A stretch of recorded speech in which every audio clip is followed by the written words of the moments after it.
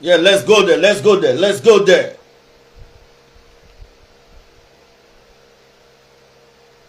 Enemy must confess.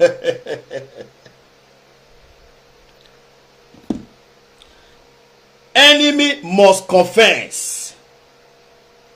Effect. Effect. Effect. Effect. You know what they call effect? Effect. I mean the one. Ambassador. The only ambassador. The only ambassador. You not get woman for house. You not get what you they talk. You not be man. You not supposed to they talk. For where man they talk. God bless you. Jesus is Lord. Let's go there. Come and listen to my wife, younger sister.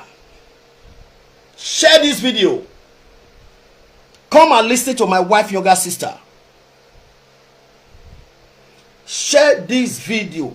Come and listen to my wife, younger sister.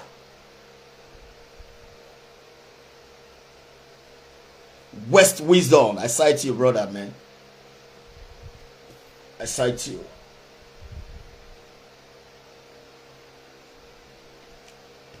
Life is sweet, man. Life is sweet, man. Life is sweet, man. When you are big, you are big. When you are doing something and you see this all this set of animals complaining, grumbling, continue to be doing it. Or the son or this pain, only hey what would you me? Or where are this guy take get doings? This guy to get level. You don't know say I be big boy. You don't know before. See una where they talk to me. See 12 una na Morocco na pass come. Una chop women shit. Chop women peace. See 12 una. Morocco dirty bogus. Dirty set of immigrants. Wanika any le Morocco who virus alobo bless wa. But this set of two animals. You see as in Morocco the pass come. I mean any year 17,000 naira do me lucky like webo. Niga wo where David wo de wo eko de wo ni sade wo no remenstruation de be Morocco. That is why their life today, their life is cursed. Their life is cursed. Look at Orisan, according to Don Priest today. Look at Orisan. Oya ona bongolo wala of France. Owi ye do wa water wu gbov water wu tori. Umebe umade de do wa badon as o bongola. You want people to tell you congratulations. But people abandon you, they didn't tell you congratulations. Because they know you are a liar. At the end of the day now, then through you, through your children and your puto wife, go ahead in Spanish territory. Uya squad ikoma bibao do we are guadaze guan. When we document it, know that the driver license will marry up to now. Show a part I will marshal. Then what do you have you are using to contest me? Nothing. Why do at you go boy? Ogun saga is not all Ogun. I tell you, come and bring wristwatch. If you feel bring one wristwatch, I'll come bring two. If you bring two, I'll bring four. You did you play deaf ear to those areas. I bring 16 pairs of shoe come out. I say send me your address. I want to gift you. But if you said you are not taking this shoe, then you show me your shoe. You not show me shoe. Show me your house for Benin. Big or small house is house. Me, I don't get mansion. But my one room and one parlor, my two room and one parlor is my mansion. Show your house for Benin, you not show.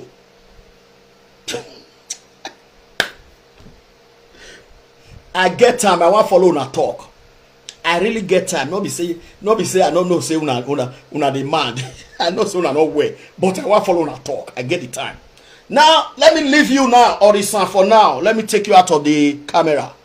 Yes. If you know you are a blogger, come and cut this place. If you know you are a blogger, cut this particular place I want to start. If you know you are a blogger, come and cut this particular place I want to start from. If you know you are a blogger, Edegbe Obazuwa, If you know you are a blogger, come and cut this place. I want to start from now. Yeah, this place. Share this video. Let some bloggers come in, please. Okay. Oh, this sound better. It's 32 euro. 32 euro. 32 euro. Always says Okpa so me 28. When he care no bana anwefo. Bega all a brand here wo egbe me sand. Ima wa hi ohu, ima ri so ohu. When I ata we do na ya ata me do prisi we e Barcelona e una ho wo kan we mini e meta we dan me ho e o ta o ma wo kan we Barcelona. Oboka abo wo no we dey your why ji we wo kan we bisu gbe no ho wa. E give you when your swa made you we se be Mediterranean Sea. Eh your swa made you we se Ahmed ora friend eh. Eh your push made you we se we woko. Why ya on be Barcelona? Ora luwo ora okay fine. Maybe you across in the fine you are right. Eh to we dinner na wo ma lo Tori. Ehwe mu wo no lo Tori we you wa. Okonaga ho devo ni san ho no ma hwe owo hwe be 3 months wona mi ame ya hwe be gbe desa egbo ho be de were yo wa we video da me owo ni oleba no gba magba eba en wana mo mabo mo me e magi mo alubara see my wife owa be come no wa mo nya wale. Is that a woman? We be say all women are they happy for spotlight. All women they celebrate, they want enter spotlight. You they show camera to your put up woman for Spain, for kitchen. The woman do like this. Because the woman no say, he no say, the woman no get choice. Woman when reach your hand, he can't let her get one kidney. Don't pre say you go beat her, you go coma. Do you know how many times you don't beat your wife, you go dey coma? Or his son. Make her come play Jessica record. Need to pay a record de Jessica inu gbanu egbe okwoni are ore koma okwona wa so bona una wa yake nekere no via agwa uga imieme iku agbovo uga imieme u agbovo. Make una tell her ibizugbe present your wife. The woman there kitchen yesterday, you they say, see my wife, she do like this. Make her show her, me una not say that lie, they talk. Make her show her, since is believing. Make her show her, yeah. I pray to see the video anyway. I pray to see the video.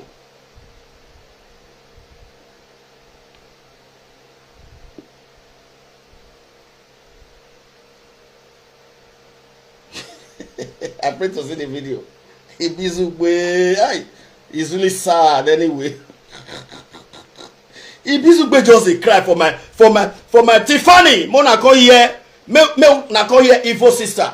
Ibizugbe just a sad. Just a sad for my blessing. Why you dey cry for my blessing? Not be the same day me with you enter abroad. By right, I not be your mate.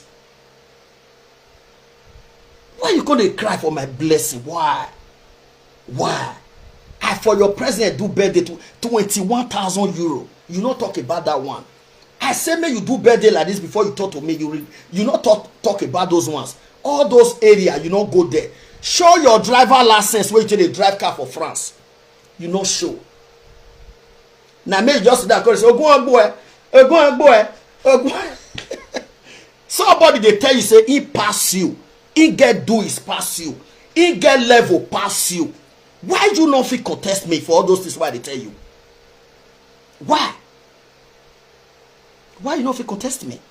We don't start from document. We start from jewelries. We start from shoe. If we don't finish this area, we will go car. Show the world car where you drive. Man, show the world car where they drive. From there, show your house for Benin. Make I show my house for Benin.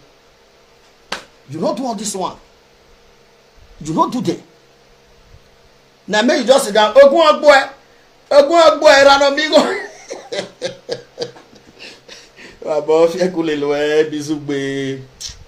It's really sad. The sadness is in you.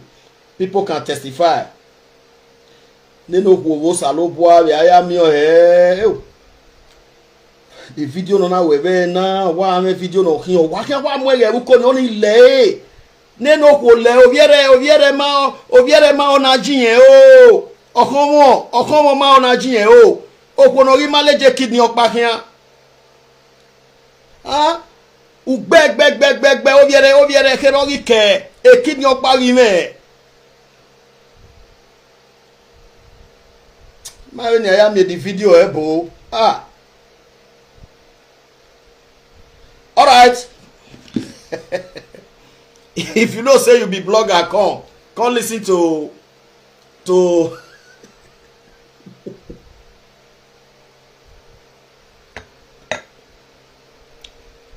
if you know you are set to listen to this record, tap yes. Please, if you know you are set to listen to this record, kindly tap yes, please. Tap yes for me. Just tap yes. I want to see yes.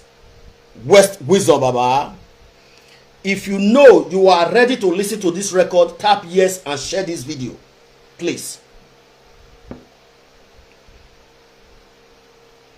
Tap yes. Share this video. Tap yes, please. Tell me yes, I'm ready to listen to the record.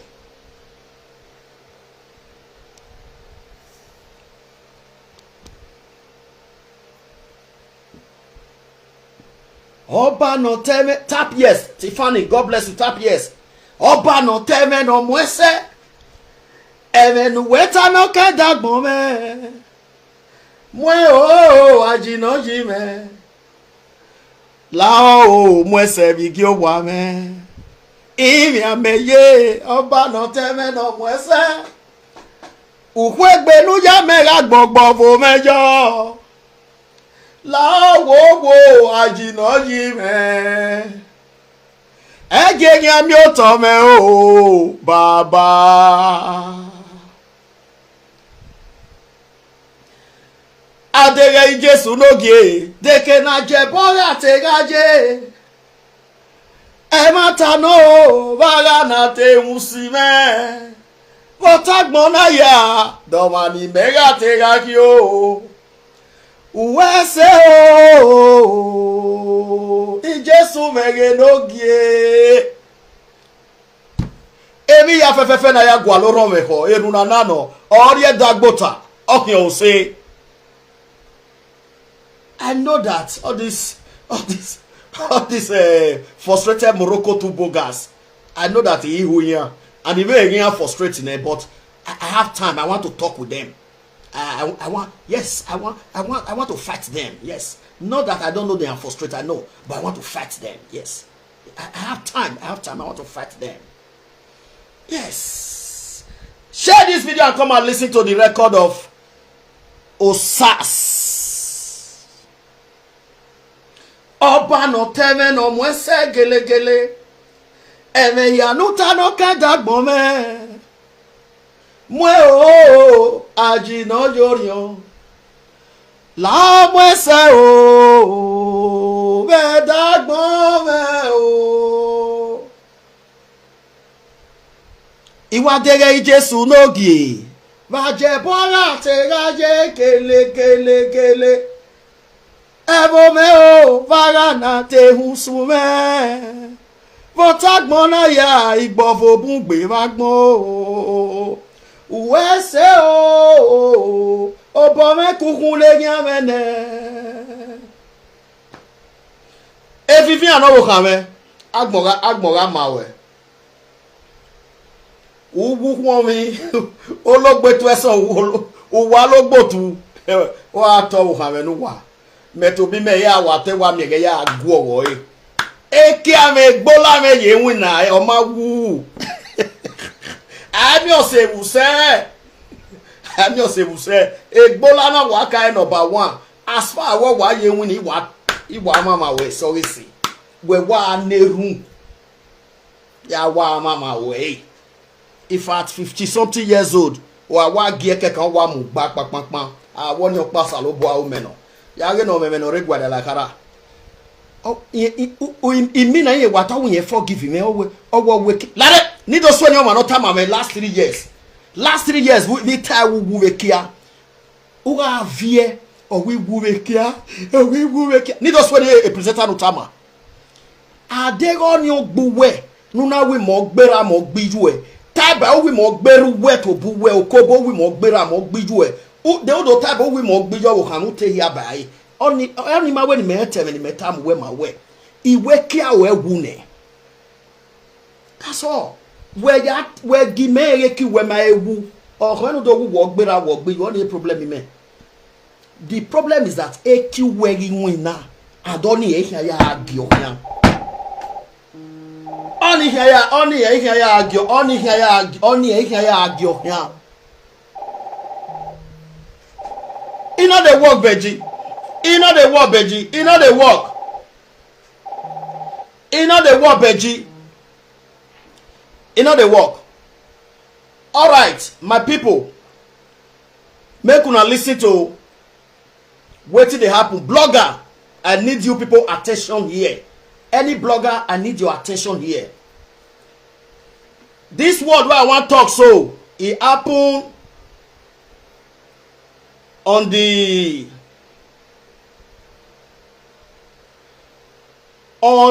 August 28th. August 28th. Now it happened. I did my house as I did here, so where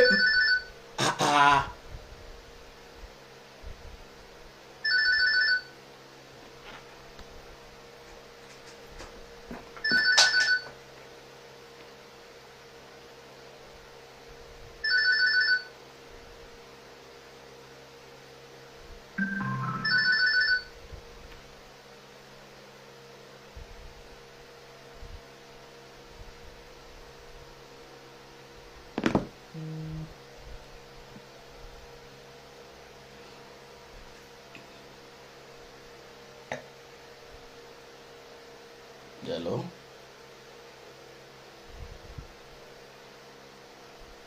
Ow. On your power day, okay. Hell, yeah. On your pani wama, on your pan is okay. On your pan is okay, Nagbonberry, you know now. Okay, Nagbonberry, no, they're gonna 10 years coming now. Is it right? Is it 10 years coming? Absolutely no. Yema oga wetete o ewe ni neki ewu ni. Odo to do set a trap ni me make na do gbe. Yen ya tell of a live video me ni, but ima do gbe. Ige ewe gbo wo kan pope. But any no do time me only time agbon. That's all.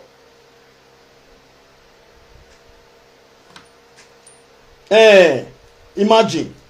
So ni okpa water. Don't worry. Calm down. Calm down, my brother. Call. Calm down, okay? Yeah.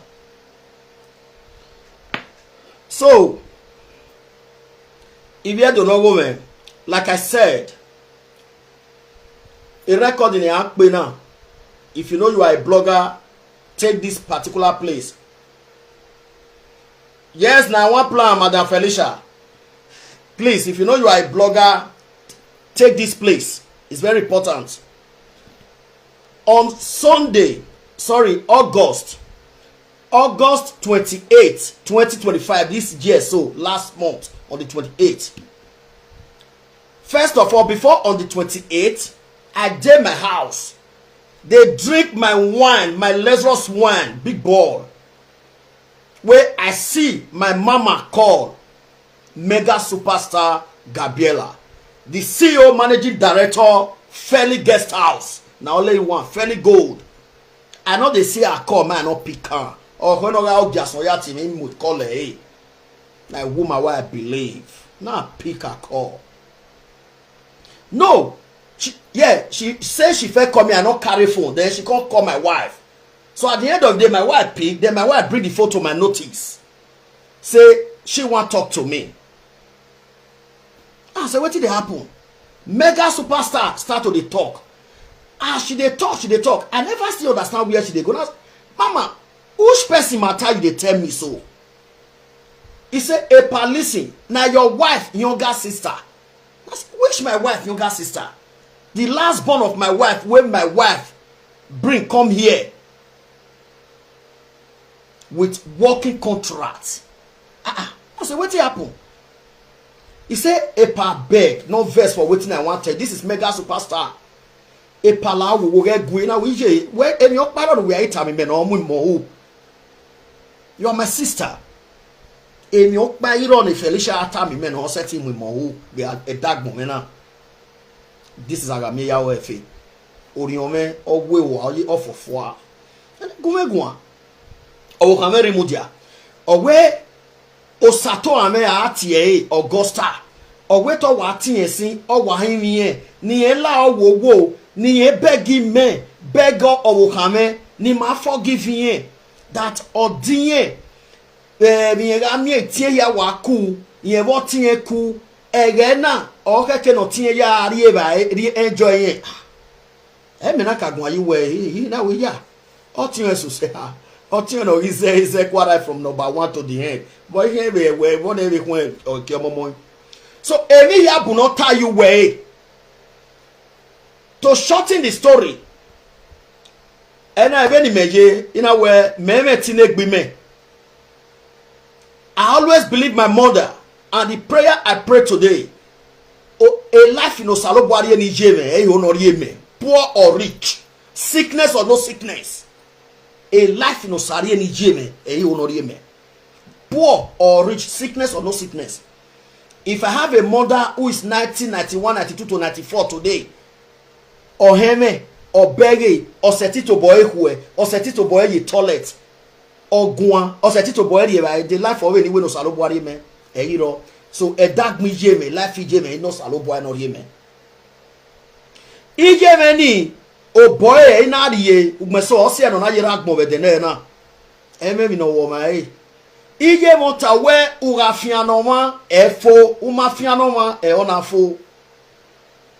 Ije meni o boy na veri ewe omagari abewe wagbon ona adewe yeke ado neja bo nebo ti forgiveness ije me wenu ya boy owe me nana mi o ma ya bo mani ugmeso ogwe o giri abosa lo boy my life bo viri ave ni na wo bije me ugmebe mama Felicia riga gumegwa ipala hogogo laho wowo epa hewe epa owe ni rie no ba we niye we yan ikabe mi we na ye kedo yin e sister yin and who is me if the little lady or the little girl now understand where yen wrong me and on no ba me no do yin I mean who is me na rie no ba me ne ai me o salopo aye yo ko ma bo wa ini no ni mana gbe rie no ba me ne mama Felicia na we see obi jena we eri no bien ne ibe tie bo na be phone na because emi no zo ni he ni do ni he we o ya gbotin o we eni me watam we gune we wa ahia wodo.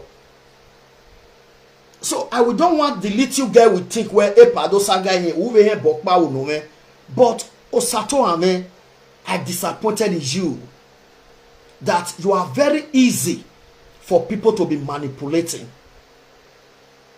Right from Kotoa de Uyeje Bambana, I disappointed in you.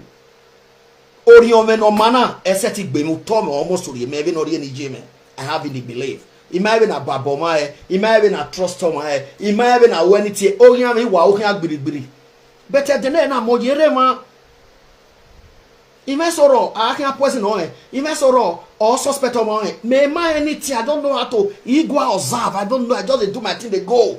But not be me mark 50 that day. So, we life here.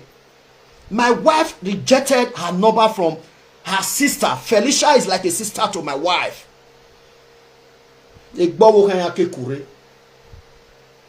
Obobe menabe otie Felicia. But my wife and Felicia iriaje.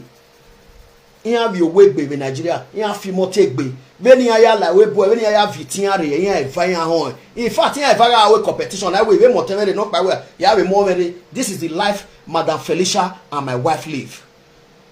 If you want to ask you want to know the story of my wife, go and ask Madam Felicia. If you want to know the story of Madam Felicia, come and ask my wife Vivian. But my wife told her sister Felicia, Mama, I'll tell you, Eddie no barmen no VJ mena, itamo VJ me we forgive her, but Eddie no barmen. That's what my wife said. But mena we ori men or raw, in our Eddie no barmen, because imagine me of a lugan or hime. Ubege, Madam Felicia na irak mo me iviedo. Ona manai drop a phone. Me get phone of power till a degbe or after a degbe, you know, the 28th of August. I know a women no ije noa. And please madam, or you know please madam, call me back. I did line. If you want me no any day happy me no. I know the bay at ye. Or the better tiene I know ije noa. Ije noa no he pa me no Augusta. Ah, no santo ame abiosa giagbon. Now do tamame osagiagmo no na ya tije no na we married a fee ugwe no. Now Kevanikba, I want to play the record, the conversation of me and her. Nuwage Owohana, where she's very cheap for people to manipulate. And I believe when no una Okbiano near Barogwa will be disappointed in her. You told me direct where Epa or that for me like a social media. Or that for me like a social media. Where ya zeye o ma no wu ne ehiere gbe mi ne uya zeye me no mama no nita o ma ni me gbe zanzan ne no rigwale emi no wu o ma ri mi emi ogwi mo gbiju we oriju we no jo no mu we la we bori mo wa oriju wa no pe ano dion overall oroi gland onaki gland ya adie party me o ma ri mo gbije. So Osato I am disappointed in you. It take a feel where ute mature ne. I don't know my Osabo I don't make me. Even edenia we are tie elano koboni. Iya you water mama mana. I will come water mama when you what here chasing. Do you know what I told my wife? In our no. In our no. In our video no be ano. Again no kaya go on social media no. In our enye. In our oh cannot hear me I that I'm even waiting for her reply. In that time I will give you whole yaw on a woman. Yeah, no daffy. Yeah, they will get back to me. Then why you not telling me my wife where I want you go on the platform no who you money. I deny on her behalf. When Oriomegi said he not deny. But on my son that 5 hours and I where is a new video. Your yagwa. But they take it like they do bolu egbe ya wo satwa me. Ibolu egbe boli yo wa egbe wa here hae ere ni okoboru ya tie yo ni all celebrate eto ti wanyo doctor ya ha ma we eden wa wan make eden yo wan me eden wan me I wan make awa but ni me na me wan so wa ivani na agewe oken we na lagbode ovi oha we hin another the kaniju we ma ese no gun ayo. Or that for visual when not Jonah Bijue, or visual not Jonah Yarowa, Umame where was one atana. Or that for visual not Jonah Bijue, no, we are not John, on our dear bedoge. Umatike, where what am I doing? After we're doing me mene, we're Gualijabo. Okobo Iwaguna wa call yo. Then Okobo Yaritano, ye women but over the name, and a para me yawefi. Okay, o tell ya support Okobo. No Okobo ni me gbe yagbon ne. Okobo igbe yagbon finish e. Live okman emogwe emoji. Oviju we no dion. Kenokwo kenokpia. Iyan o ka mi me ni me wasu we a osato ame. If not so, ya bolu egbegbe. Me ma ken no kobo atawe ogborun awo ikan orun ne orun eta gbe orun no ma yin se o gbeyin family ni re bara atagari owo ne that woman belongs to the man Orwan no fuck up. He bole boy nyaganye the family Mary. That's it. Orwan no mahasi kegbe. Orwan tamawe no orwan emma agbe wa agbo kwefwa. Owo no pe awin ale lo le lo vije o le lo vira. Then the bagon will be bagon. Eri o be je ne sade no pe a. Otun pa do atometo wo hawe. Do I no trouble relationship wa. When your wife tell you ugele bere we no 20 hours but your wife can leave you for it. The marriage will divorce. So osato ame oriju we no di no pe a. Iyan o uji no ro egbe deba otun no di okwo ni die yiwa deba ori o salobo ano we gwemewe. I don't know what is manipulating you. Okay, now let me play your record between both of us. Okobo do dan we ore o set is years on ma igbe iti ebo ne ide saga e ora iwi yen je menu ta yokobo okobo we to buwe ma ode we no ya somo we are ke no somo we ri cause men say you we many metam wo do we ade many onama o when we me gbiji me baba na me guyo ni eni ni me kam we kia we gu ne uri me kia e fa ki gbina dolo ma se we. That's all. Ejime.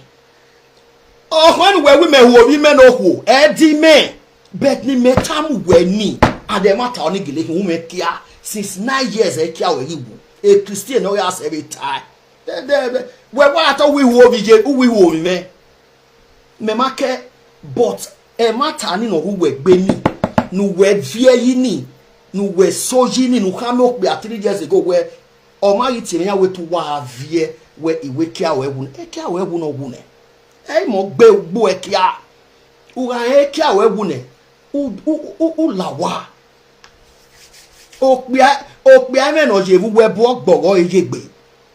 So if I were you we gbe yo bo kan oni emi ropa o wi wo o wi me oni wa ala oni wa ma and the film any change me wait me na we ekia we wune oni opa me awa so leluwe we na me wo ta wu gbe frank gbina dollar. Okwiva bonu mu go yo we Christian no ga ase we na miamia okwo no okpia ni ma ni ya no okwo ni ya home uwu wo gbe unu we ya to ni unu e ore live video unu wo ya ta una jero ta wu wo ko bi ju e oboko sari me no do jo bo kan do later do mu no kpiere be Germany in the name of asylum. Then agwana yo sari me okpia eni okpia be yan bie okpia ni na oyi huwo wo ko sari me after we kan me we wo ko ni metana me toy me na when we hu yo ko kan me gbe yo kan me what any problem o ma kan me osajagmo ga believe we a choice and o ma believe osajagmo just where ike dano kan me dano vi je no je no okpia if not so osajagmo ya zanza of that for zanzi bi ya zanzi ya no na dia ade. Yeah, I saw you on social media. But he ma only warning. Now he only do me no time we no kobo where wage oh yeah, understand. So you know what down yo. Sajagmo, I know you are watching me. I am disappointed in you. And you know who worry. When the time of it we not do no clear. Any time you not do no who.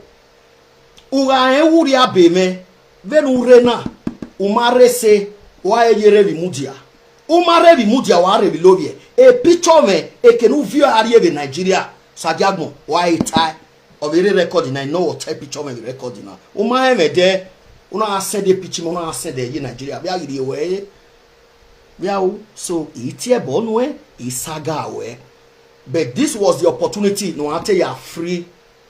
But since you ya de gbere e no ja we re derio all the gbeja we 10 years come ya mark we panata ima as far we marry abiwe. Now this is it.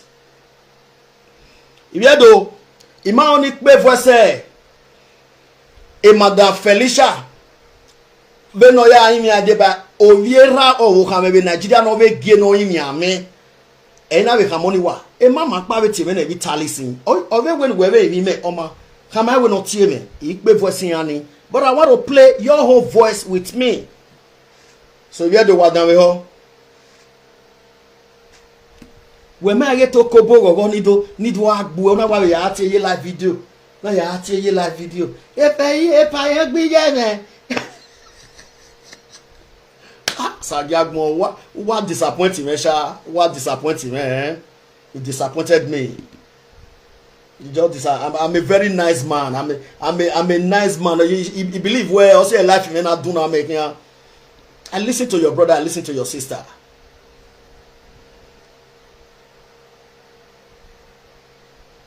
We mari jerege saga no, we minimeta money, e oni riviera.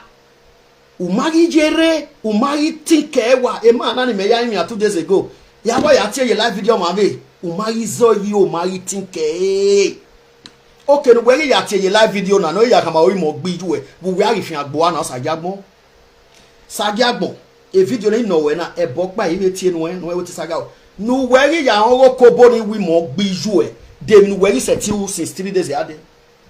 It's a question why you now? They were if you about email don't know where now. Or my woman be you cannot talk, cannot be you where you settled now since 3 days, 4 days now. Yata wow. My baby where I will lobolobo there. I make bonya me.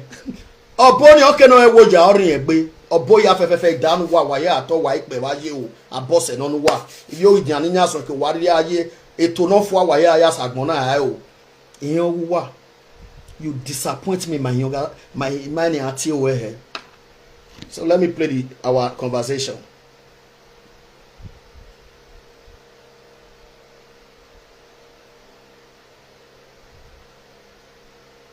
What your mega superstar not worrying me mama you tell me where they tell me where they made it now. Your senior sister Vivian don't even know if you are existing. She don't know. She don't think about you. She don't talk about you. You move your life. We move our life. What boy sister Felicia? What boy Nore Edo? Na imi ame na imi oviduwe no ko no dion. What give ya ati be live video ya vv. Ah God.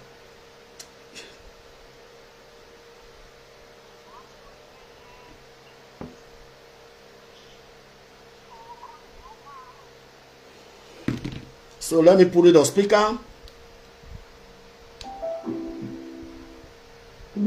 Yeah, damn it, okbia no frustrating or you pote cancer liver I will wa. O man no seti te kitchen not seti te ton koko mu gas. Yeah, damn it, o man no wu jagbon e. O ka be tie be ge ni o ma ye we wa go alo be life for 20 more da for wa go alo o vidwe mu we we bo ma here. O mu we na dey pain o ma here. Why are you dragging her? You are dragging your sister, you are dragging me into the issue. In my way there, true of each way I am. Send the picture of I send the Africa.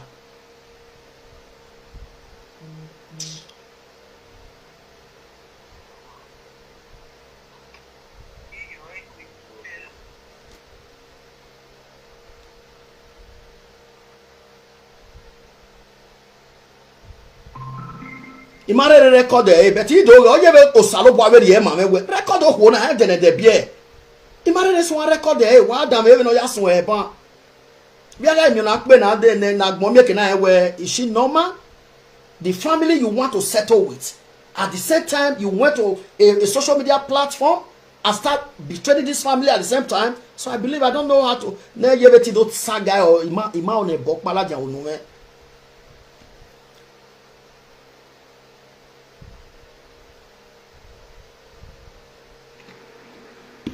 Hello. If I don't know if iye-eki. I was your satua many red Germany. Or who one in bonta me any head doing me a me ovije. Always so now when you ever doing me a wad while I don't want to damn me doing me a but him forgive anyway no ya social media on my way but what do you got him wa bog button or doing me almost to doing me except on my fidon. And ye fidon all doing ya. Ni euna all the berry. Boama will take us every ebo, a threatening.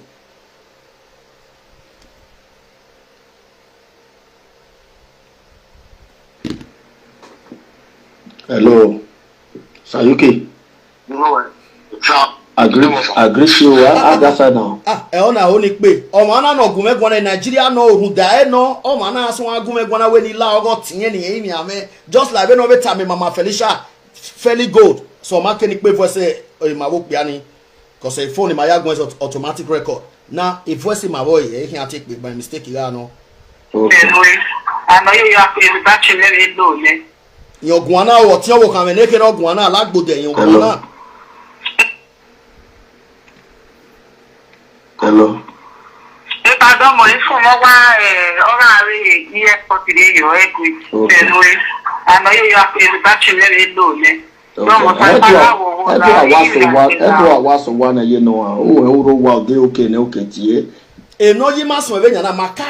conversational court.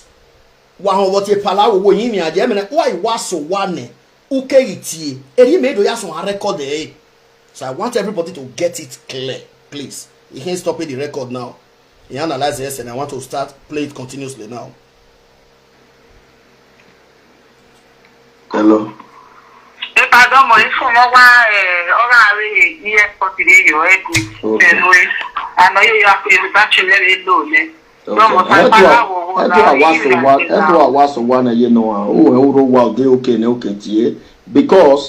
when the mega attack by woman team, walk back in retaliate sister Felicia. Mama Felicia, oh yeah, brother Sayuki na be so every man go me tell me at no where when I am or 20, so I don't really know what is going on because my no tea no when I am bar. So I need you to tell me. Yes.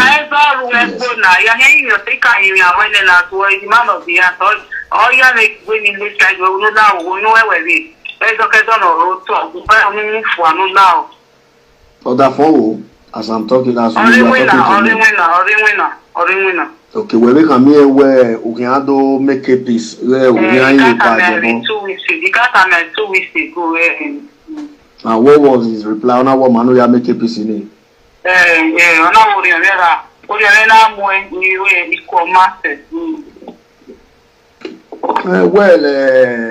Osagi Agbon, really meje, I'm a very simple person. No matter understand, but I don't know about your sister in this issue. Come me where we go one up to where. Why begging me? You're not soon very any. It's so you're 20 now doing where my kind where them my sister. And then the first day, like Germany in me on. Why beg on your way, ya like it where. You understand?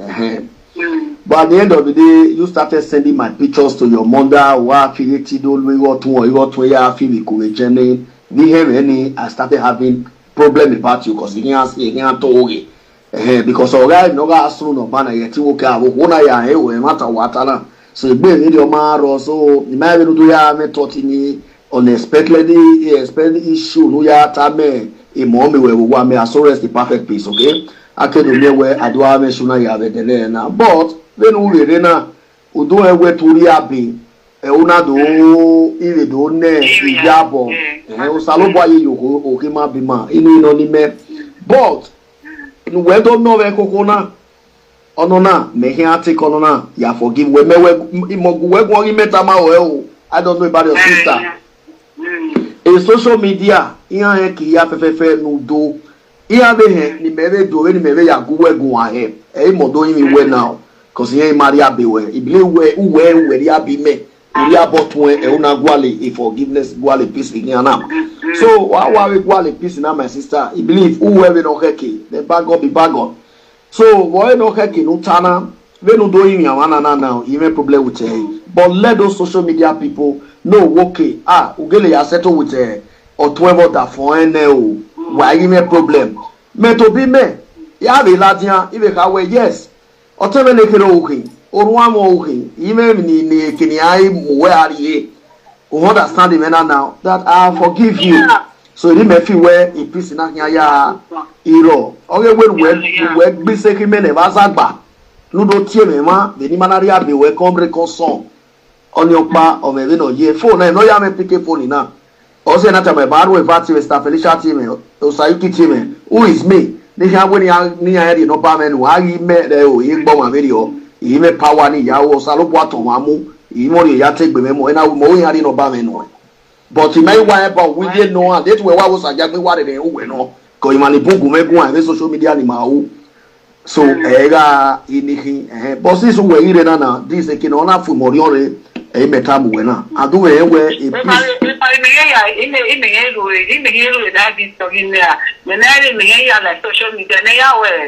egbe very oni boeva no me page either iru social media me ya ru social media me ibe ta we o ti o kan me ne kere no ga ro bi se ka me vege ni ohun ye me mi adota ve peti we me iru egbon yo very oni Aditi we video call o do gun a video call via imu where you way or aro with a face well.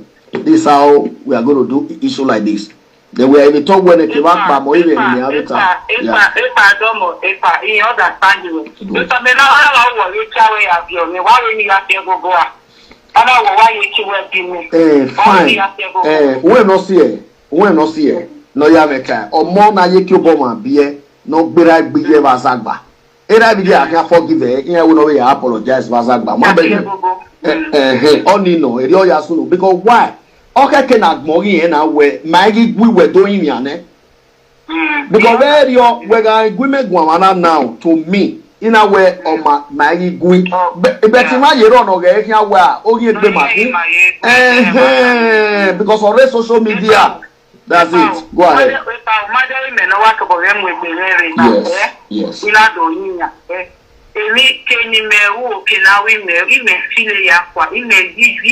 A grudge 7 years of work benefit. Why it came to that 7 years when I was also bitter. Okay. Here you wearing you no matter. In that area your mouth wearing. I gave what back wearing. Okay. More that every no you say when me move and move with and me have we are now will go. We have me. Every now we hear now because it's time your issue me. Mother, somebody is coming your issue me. The head is singing in a point of way, not very weak. Are you made it can wear it now? No, now, no, I play to take the other one. Wait, it's a dog is too full. Are you made go wear away? No, now will go, but now will go. My day, I don't know when you ask you to go 9 years. May I not be not here, that's never now way. Where and so I only carry the last answer back in our way I do what. We give an action, or we have we are do him now. When they give it to him, and then none of it can always have any. Only have your worry. Oh, my lord, so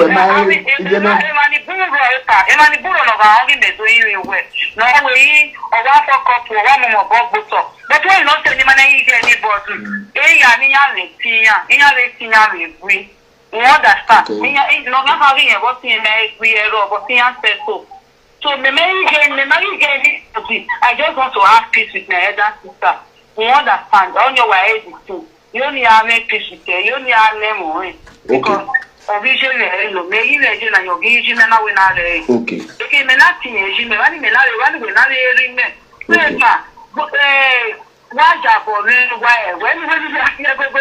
Oh, in my point of correction,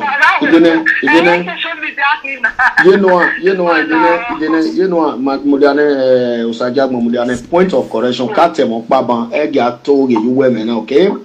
Mother, when my guy may shoot there, in a way we have your marine doing me, I make baby on my son. They to make a mistake. Oh, Damio, Gumeje weary. They to make a mistake. There was one day we stay up more with mama or we can make a meeting with travel. Una do pia go going out here who Una do our talent no soon man and I'm having no dinner. I can set them in a ayati mari. Moyati o pianimani bunu ye near Aproko. Ma who are we wanting? Well, ni mama free, right? Only mama been on your own with me. I travel. And after the team of your women, see me in the Ghana. Boys, no matter when you have your married, we are women. Una way they are here, been the Yana, they are here. We are here, my women. Una we may be a way she did there to Vienna, walk a travel. Get back to you. Okay, Babu, what we are going again? Okay, mini, okay, he may stand to or 20 where you are in your 20. matale oni opa. Me the go be sitting na ke ona we do robi na we el say do yin. E kan na ke bona ona na ke bona we. Nye we ni me pu we ade. Me ke we o ye to nya travel. Okay. On na ita me we just say ri ana na ya yin ya. Ya hen ni ya pe ma de ke be to yin ya. Pastor. She did me there when I did. We can travel now, man. Yeah, one can travel. One get back. All right, fine. Only a TV so me be mo ai be no tell me na fine. Now utemo pa you we ban we emi restaurant no we sunu we yi vie yakwa. My dear, ya tell no ra kan na kan be kinafo. Then every time you way, every time you way, every time you way. Hey, tell you way because what tell you way you are prolonging the issue because me ma where the mama anyway where we may name na ladia and arovio and which ya tiro we deal with workers so how we maybe work with picture on Moari Nigeria it was confirmed we got 12 over webo which on my neck on the neck go where my sister if I know this thing oh, my understand. Which umade de heme de demede. Ima we go to when. Ima we go we go train on do. Uma o we reason egi yowe. E pisho ene ku send egi jeme. Mo we ere no ame wa ide candidate. Ere no we he. De yo we anona. Ine ine we ahobia na. O ma mi amo go edo we go veji. Ni awa gbele go wa. Eyi na wo ke ja we sana ja ja da se. Eri ma ya da se. This white company ni ga ne. But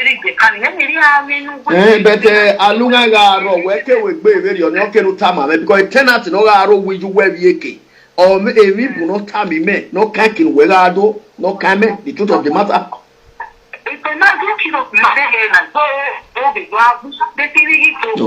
No you make am we a picture me no said where is the picture me or utati iye-eki me.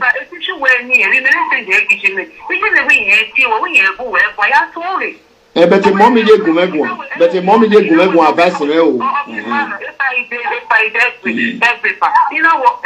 Mommy nothing na come na we or don wa mama. You know what? They no be married no on your family. Oh you know you mama wa married. Mama married. You make a spade. You know we all be married no mommy. They all got one no try taking here. We were to want to but now we all mommy. He come away from you know we all still man. If you say what I'm over there.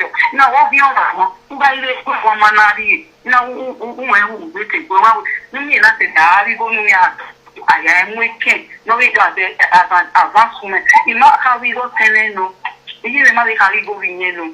Any money I have me with. I mean go with it. I'm wicked or we say or we did at least. No way na attorney where can you make a day? Ime o ma do kam we wo pe na mo kma mo wa 9 na me wo ga ba se me. Okay. If I ma ha wo me me wa ikini me wa reason egi. Ega ni. And it will not stop here now. And it can even be away. It's okay.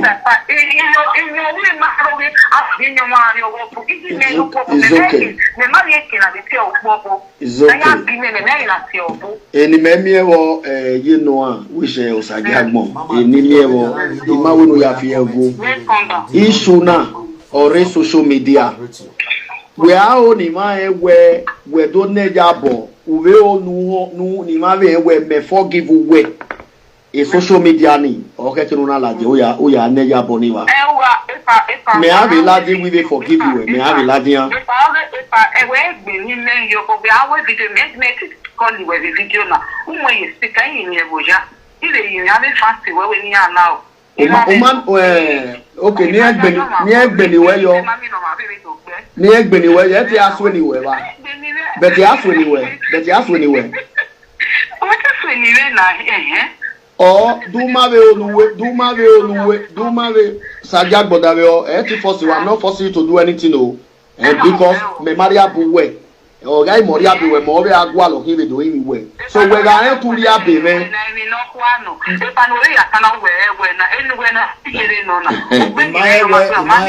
So there you know. Igwe Fabi no we shot video to Baweri. We record video to Baweri. Ya apology nari. Then now is now my choice to also reply you. If I put in a way, we're trying to give me to ask me, and I'll be my one video. Or that we Magualo. Okay, then when I roll maybe social media, then I roll you were there, walking in your doing a go. I will be in no gas, and I'm nothing in my one. Fine. When only our worry, I will never be fishing what is so far away. But on Sagiagbon, and a discussion in my discuss now. You know, me team do I force well so I don't believe it's called for. You understand? I have told you, my sister Oruame, this is the only way I will have this peace with you. That's all. A social media, here we might be now about Romeo. A social media, I apologize, and a social media may not do where he forgive you any. My woman, my young the old world will also know that. That's just all I need. Good. They shake it. I wish they had a time of okay? Because all right, for now, be waiting for your call. Take care. Ciao. Ciao. If you don't ye be go me oh. If you don't ye be go me. Sato ame, ye ga bagbe. Ye ga bagbe. My beg. That is, why do you do that? 28 August, not quite one, or might say 1 week. But I believe you, the same Okobo will be listening where a family no where no one you way. So Okobo, he did those saga. Yata ma owi mo ye be gbera agbonwe mi bere we eni ni ugbeme ni gbo e usoji ugbeme ni gbo e Okobo ugbeme mata gbo e eki awe wu ne ohun enu we ya mu se ka o kan ware ni we e gbagbe me gbo o kan me romo wa ma unu we ya to ni only problem but we friend oku na bere kiss oku over street le kari ya pagbe e unene hu wo nisan unenehu wọ́pá me patata ni play patata where patata ni play patata where ma we de gbe lati di saga na wọ́n no say ma na de gbe lati di saga e video no wa avancing uwe fien uwe no kobo we na biere uwe gbodo ogode be boleka me na biere ogbe me na biere ted adeso edo we no vi gwe. Listen, a presenter no soma 2 years ago where uga vie we tamae or weki amewu e ado so ni e wa ho e u set be presenter ni o wa me ye presenter ni tamae pa la ho ge tamae ge ki ai wo wa vie o vie o tie mo na vie so mehemi no ja we vie iwe igbijo wo kan me oni de problem the obe ba we wo omoni bie the bae oni ma kan me e ma tamae ham we eki awe wu ne. As far as we can, you are dead among the living. I mean, we tagi ba ofo. Deba onisawe unenehu. Ume patata. Emi amenu weme. Agu we yupu wame. Osalobo we so ma emi amena bere na alawo wa. Biaga itame ma gbon me. Biaga ikamo wo kame. Iwijo wokobo. Iwijo wokobo no respect no regbodo ogode gwada la kara iwo kame na ya mo eni wo je wo sakmo mo ge. Ese mana o uhun bieka ni koko Ajebor fanejo mi asume kian ipa yo wa weri hu efu Ajebor se e una mu patata wage patata. Okay, inu e we mena mama Costa the bloggers yere ma wa do dam ebe na ijo obokan ya wi eramu area egun pe mo na ba ni pe Okobo do dam record na ma ipono na dedemede. I have never played this record. I want to play it this evening. Here we record you don't have play no Bomawa error. But I want the whole world to hear where will not be an overcome when we give up your Christian no ya say we eramu area. Era no ta we rame wadi biaga. Or we ra or mu area. Do damn it now. Come and listen today. Share this video if you want me to play the record. Share that video. Sato I may ask for you. Anyone not go anywhere. What do I in ya? What ya believe well? Kobo wa ma gbiju o ma gbera o ma gbe no pa. I'm disappointed in you. My beg, so in my eternity, I will respect your brother. I will respect my lovely wife. That's all. So okay, can we boy near the name Magba? We marry we are with saga. Emi ni metama or he wu or na do tona iwa be pa. Then we na do ahimia we gwali jabo. Una ya so a live video. Yan gbe ye me. Yan gbe ye me. Since we mo gbe we na sato ave no ya tama wa ifin agbo ana. We ya gwa wa ya gbe na ni we se na. Wa ya we. Or that for 20 no jo video na gbe we. Or then o video na yero wa o ma ze wani. Then or that for 20 we gbe or 20 no jo no pe an regland. On a travel adona do gume celebrate 50 years birthday mo matic ewe go kobo na ata na kobo na wa no sigbi na nima and when neja bo be koko when neja bo be koko ihe be the Felicia ya imi ame egi je be Felicia ogbon ye mana ba we pa when you go when you see a problem in agume Madam Felicia, don't regret it. You must see anything gume. I didn't regret it, my sister. There's nothing you ask me. How many set you know? You must see a problem in gume. Apart from why I am a better me, need ye will be me. Omagari ya bomber, ona do neja bo, hekinu ya boy, 8 hours you. So, sis, any me we no wo ma we. My boy gegbe, mega kamwe picture ina mugeri bie me wo wa. O salobo no neme. O ero very no ya ere na. O de gbe yare. E boy ga jeve ni e no yare no hin yare. Is the truth of the matter. Because ima we go vije ya lo. So reason no go mo picture me all mo ke we book pa o mo Africa. E u pa a video me of a tablet again now. No ga send the Africa. Every of me ya ni ga awu. Why? O ma we ya like we boy. So now we pe record okobo. Be record okobo. Okobo do da me ho ya pe ne we wa ya so. Enu we you no we time metale lu we. Me ma emi o be no we ta wo yen. We o ma ya wu e se video frustrate. We mi o ko ya nu ke wu. Nigi ke gbo de to we o ekia we ma wo ke no amo ko na we wa. Awon no pa me we ja gbon we wa so kan. They no mama type the social media and we ke so. We ma so again they we ka chat so na. Orphanage job. Fraud oji where you go attorney okobo where you set it video no we ke turn orphanage job me ma hui so where you go return who go chat who go ya we video bason orphanage job oji where ma me all we turn where go turn where me turn by any roba every kime but any only time agbo we ekia we wune adunene hu ume disease amwesage yin we gbere amuyo we regbe we mi okwo we enjoyment me enjoy owo kan me ne bozo okun no mo pe opa okun no mo pe 100 okun no mo pe 1000 imo kwo wa bi me imo kwo we ri okwo yo wa na amaba gbe e ba di jealousness ye we ri okwo yo wa na okobo ri okwo yo wa na wa kan na mi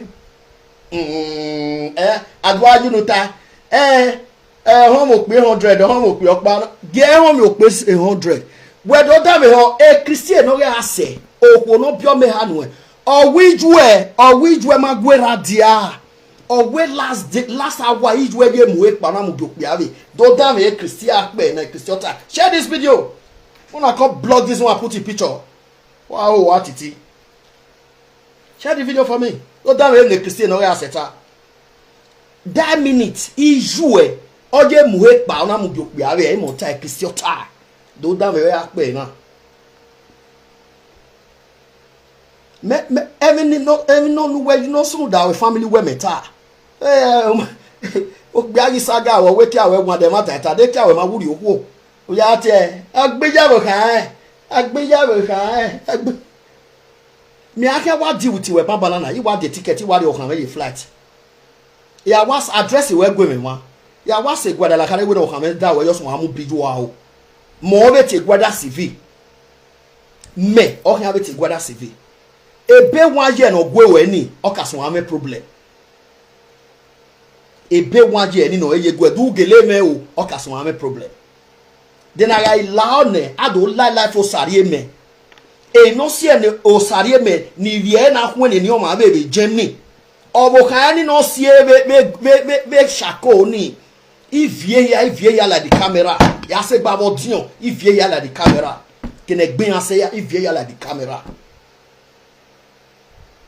e ya fe meme crime ovije meme crime gwalo ovije be Spain or a big boy no o ma leso ije ovie ya a big boy go look for it dem Madrid City na big boy picture us FEMA 1 billion na big boy ma leso o ka ije ovie ya o ma wijo mi me we are Italy me respect no o sarie me no vi joue ona mo wo kan no sie ni kalo na mo ade Germany o ma be na do we rania o ma no we rani money ona so aho wo kan vi joue o ma gbo egbe o ma ya bude de we adota we yan gbe you yan gboda we no ri ju nu we ta wo gbe frank igbinadolo egbe frank igbinadolo vi iwe wo wa ju nu we ta be media me ade gbe so ape ya na wo you nu we ta be media owu wo gbe frank igbinadolo.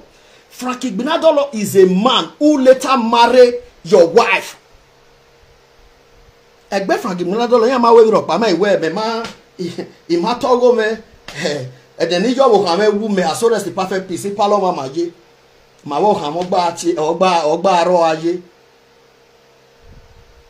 nu we ana do imi anu la wa dia whatever la wo sege amu Igbinana yo to ukata last 2 years we rate we Nigeria Ajebor dia hewe na wo ma ebe hewe bo last year December na ti me una wish me happy new year na wa ke nu na wa we wo na la wo imagine the problem e o ma be dio u wa ge breme umie me bi palake ovona la we gbe wa ogbe na ye ose me so have a me na wa lele hian eduka be we umie me bi owe don price in France 2 years ago I didn't know 2 or 3 years ago wa be me bi palake ije bremere you start again. First I will say, I have denied you as a friend. I have denied you. I later to know that he certainly working on a crime. But since one go dirty, me honey ma go dirty, and ma go dirty ni me yemo wa gba ni me be we mo wa don't want to lose. I will lose. Ma go dirty no ka me live. I me the way of iasayo. Be we mi we domano win very I mo win ukwegbe ugo agun domano win e mo win I mo win very on now we ma beg mo we ya de go be bada embassadores ya de oge 40 euro me we ado ya go ni soa e na ke go ge embassadores ya e na ke shawa e na ke shawa iwa here e na ke shawa hi u ya rule wado gwa Ajebor asma we live video wa gba vie mi yegbe o ya dawe channel 15 abi 7 euro ni madu adebe telio okwo ni ne pori ona we eri yen miene a vi marie Spain uswa we no do den o hien be wo no je ni hin abe channel 5 euro 7 euro no we vio euro ni even me I lose any time away I go disgrace you to the world. People will never fair no say your ekia don't die. They go no. I hear we here work be na we no work polo say na so ekia wu gbe ne. Yen to asen kwa. Eri a wo ese. Eri hin a wo ese. Be ni mena wa wo vie yo.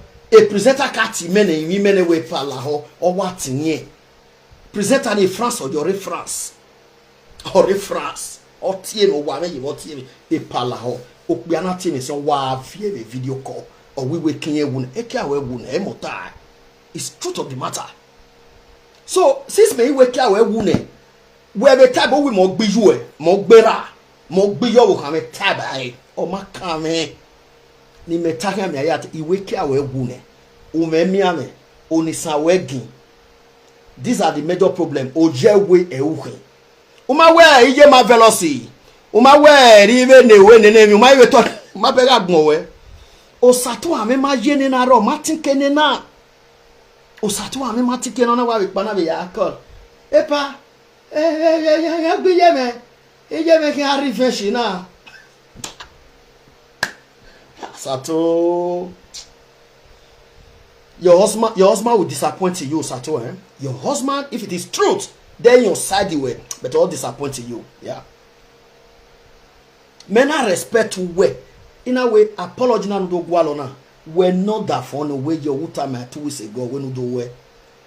Even when we have social media, what that for like on it, they when I no ya ati platform platform be no good never go exist. If ever if you ever son or talone, then you walk na. Na ya we video si by 100 or wa we for 5 minutes. E dey again o ga ya he we vo ya be a pillar over. Ya we video ne ba re ni gbe Belarus egbe. Ya gbe ne ba ya munu o kan me oye bolozo. Ida yi we mi ya sajo ya we the picture man. So my we don't I lose. The bokpa na ma etiene owo hime no egbe ise ka uwe mana we birthday 21,000 uwe mana fie jeep. The bo agboma gba no ma wa do tie but the bo no kenti ashawo adashawo ni e Christi to boy eti iju we ne ya pe ya nu we mana na we to bu we ti e Christi o ko no bia no ashawo de so what them we no hater Ajebor wo gbeje wo ka wo fo do we no hater bai o we ye ro to we do bai na to we bai last 2 years orphanage 419 o we no hater do ta mo we no hater ima ya no tiebona e ya masewe etie mehon masewe e genocide masewe me masewe no gi ehwe ehia fefefe we no tiebona ma kokpa e oji kokpa mapa kuta to gbo e wa gbo do da be ne o ijo wo kan weta ijo wo eta re ijo wo kan we okunu mu iwo yo de pe nu e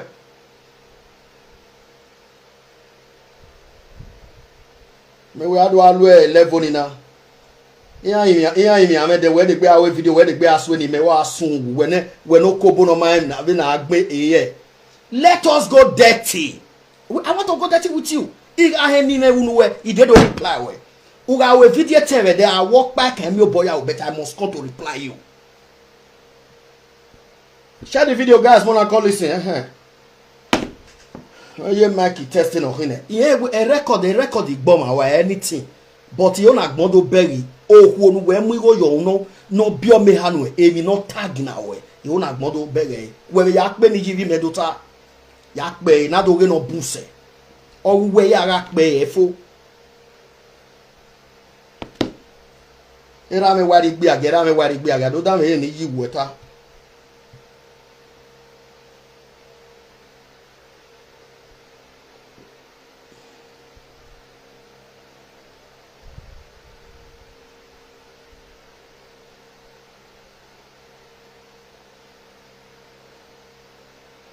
ono na aikpon na wogun e ka go no na ne aikpon na mai so no na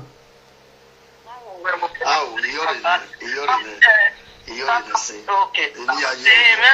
We are fine. Okay, sir.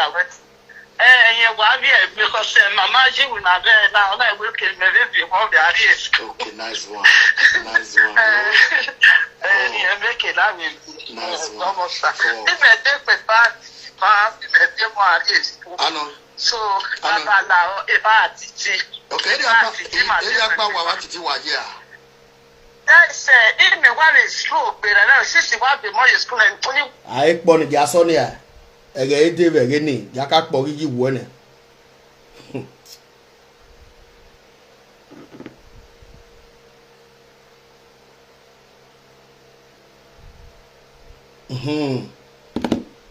Yes, na ki o. Okwo no bio me ha na Atiti ne ki a ewu yan kan agun na. Na Atiti na tamu wa we era me wari gbi aga wado dan me he eni nijo o kan eta wado dan me o Christi enore ase wado dan me he no ta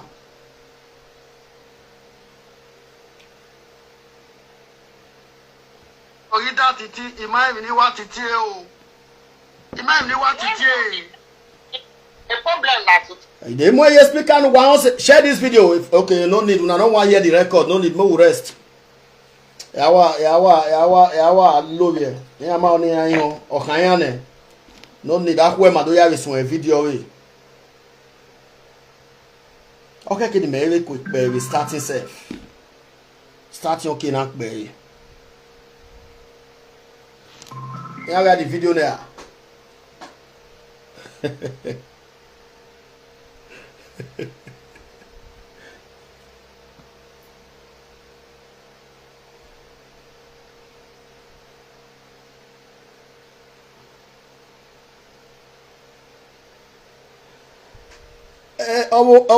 There is no need of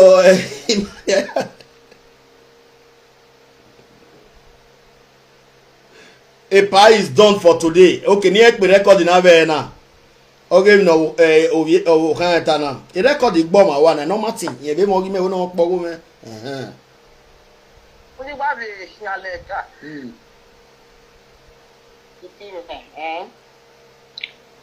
Everyone, meow. Yeah, we ma, I am ma, or a man be and there. Okay. Would I to be or man only like if I know. Yeah. So, that is so well. Mommy, like. If no, he went, okay, yeah. Imagine speaking after women wine.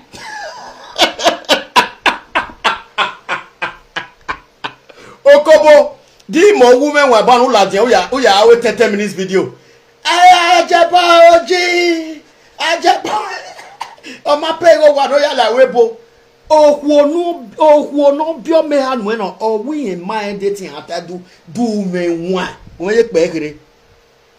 Imagine you want to tell. A problem that it is, everyone on the hour. I am ma, or a man be and there. Okay. Would I to be or man only like if I know. Yeah. Oh, what like I have a potted cancer. Oh, yeah, I live. I may any. Also, I always say my contact cancer because you are with check up. Oh, what like I got you, no, you ever know me. Ajebor Kofua. Every man who done or what time you go or what like I or he bema or he bema maybe carry it wune etori wearing I go agbema because of when you river of when you ro agbema for your pa wa gbema ro 70 your pa wa gbema na ro 70 aye. Yes, Serioje, if you can't be there you join there. Dame ho okwo no mu yo yo hu dame nota.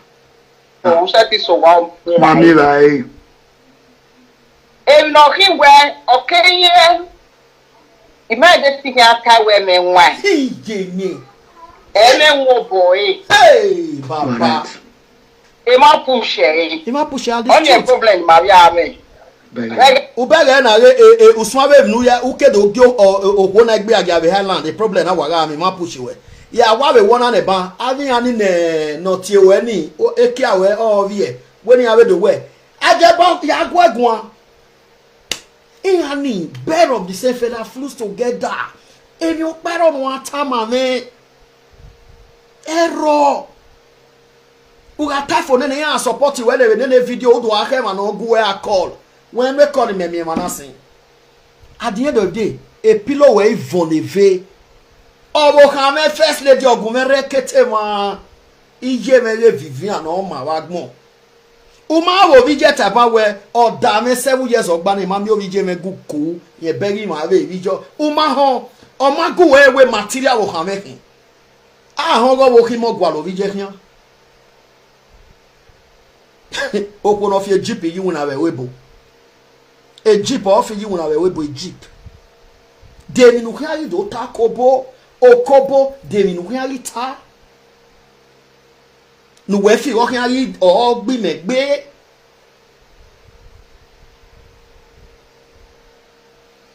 mi wa do pe record na ya sun video wa hu e ado pe yu we mo na me ya pe wa hu e ko me ka se ade no ya ta lo ne be na ahwe pe ko se ya ma share video na ahwe wa pe beto be record re wa itu awe record Christi ni ma pe eni na ya hin record Christi ni ma pe Christi no re ase eni na ya hin iru do ni do awu eme iru da eni do awu eme if okwo no bio me ha no we ye man there the we gba or we ye man date the umenwo bo we e ogele una this is exactly what is happening. Even when I have so when I hear video see when I hear talem ha whenever that iye-eki you think I have something to lose me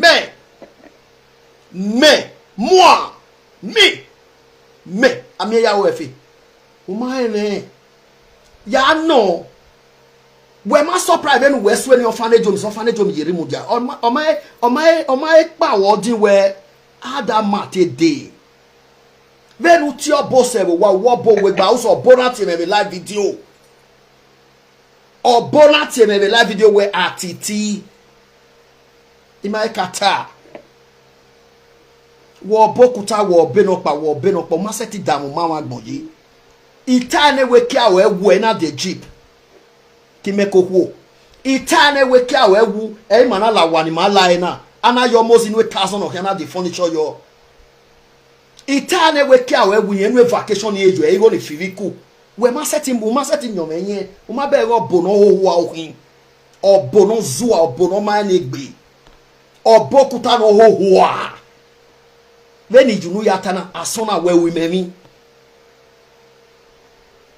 nu mieke na we agbobi oridian me aga me ya we fe we eki we no ewu na be patatas no we mu na here ni e koki ni awe lu ga iwon na ga ipe ben ya wu won me by won we you are finished of one they surprise Ajebor ya age we ma uma ewe ohun ya ge agbe wopa ijore wopa nopa ya go meme no be san oti eju live video igba va wa we ti soso mi gbe de wopa ye joy wopa ye boy wopa susi wopa madam Monica wopa madam Opaika wopa Ajebor wopa uma bere we wopa from Victor not e best friend we uma bere we ta gbon kulogbo e let us listen to the one of the record. Need the 200 or you give me 200 is okay. Any blogger cut this place. Wado dam hevene o no biene Atiti ya ka e watiti era or mo area. O mo wan ware ben wazo aseni ben utan na o Atiti era kama we no awagbon. Era me wadi gbe agia. Era me wi gbe agia Tori. A Christy where I can where a mama who like father, like son. Don't damn me, Christy. Don't damn me, Christy. Or wait, teach where you but that minute teach when I appear to be damn you. No, we more tired damn you. Oh, you that it, imagine me what it is. Imagine me what it is. A problem like it is, eh? Everyone on yao, yawe na ayama. Or man be there okay. O die to be or man no like it I know. So set is so wow. Mami vai. E no him where okay yeah. Immediately aka we umenwan. Wo boy. You are right. E ma push e. On your problem Maria me. Total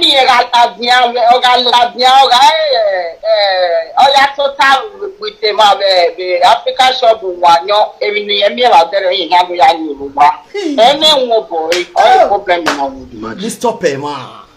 Eh? Oh, problem in no man. Me one woman. I hear the answer to him last 8 months we just pay our year. In case space Germany or master 1 month a boy not the befinu gear here when ma be na arwe na people na muji aseto ima e wale advice we to we mu high ono na any wo boy only why the issue eliabo ya wa beta eliabo ya ta if you to be beta me ma no be seto ima we emi that ima wa tinye kamiye we ifita giye owo ma fita o ma na ma sweli we o we do ba make agun awe live video we na do tell me say ko gugwe e mo wi o wa na do tell ma me na me we izo we live video na o we yin agun we me wa salad ya re imagine Atiti no video you to bo why when me guy go father yin na Atiti wa mi na. Ajebor oya olowo akemi oyo ma na yo ma wo ma gbe. O ma fi tagun e. Okay. O ma so eni me. What can I kawe? Okay. O ma so eni me. Ah, na insa ti kun eni o. Okay. Aje na o.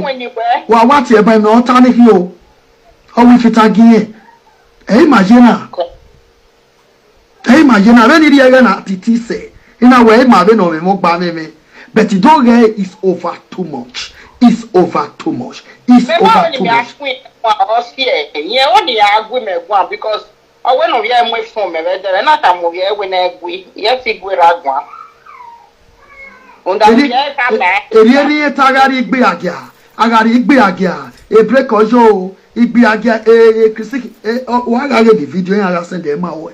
Ni magi ya lele gbe na be de na era wa igbe agia we gwa lokwo gia me enu gba na Atiti ti owo hin me ma na la ho mo mi ije nogi la ho do ami okwo o ka me na we yesi lokwo yesi lo se ege ni ma boy ma egui my sister era na we ari igbe agia.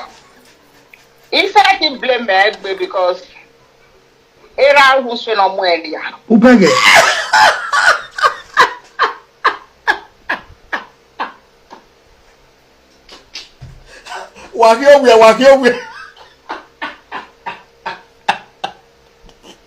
Wakio Edita say it, Bobby. If you need this record, tell me to send it to you. Anybody that need this record, I will send it to you. Wahon o no mu yo hun no bia le frank gbina dolo. E ogun ana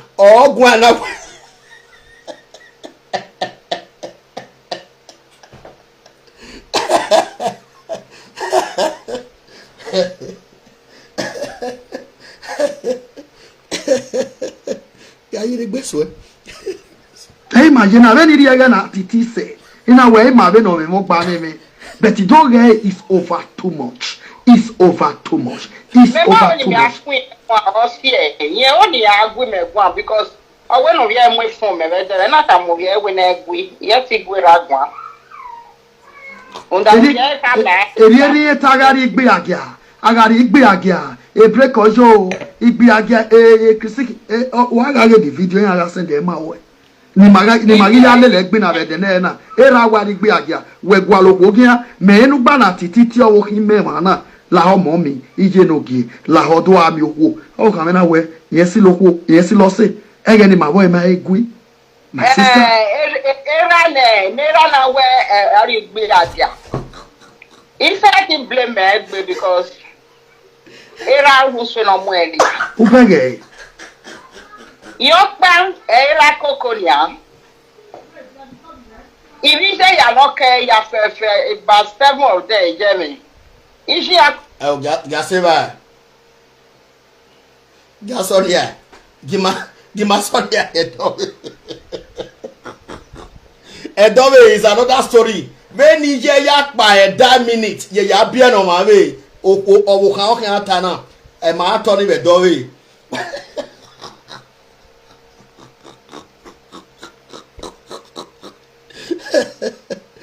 Imagine Atiti no fi gwa yo to why when he may go father here.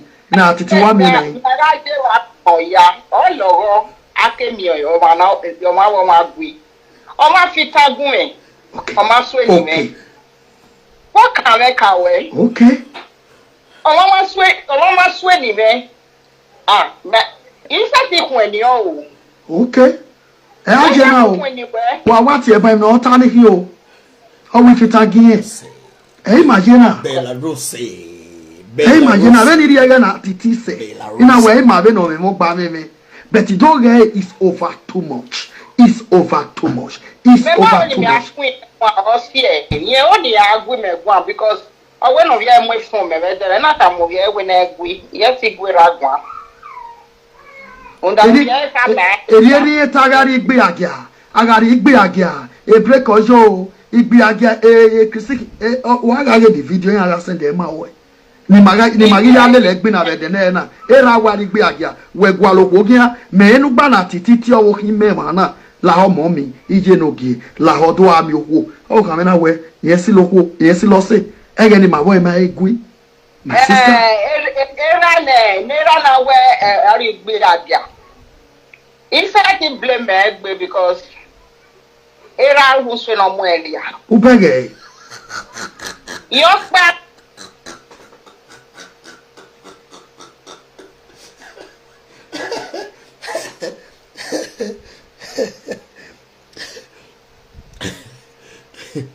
the mota bana we amu area uwe ti oppress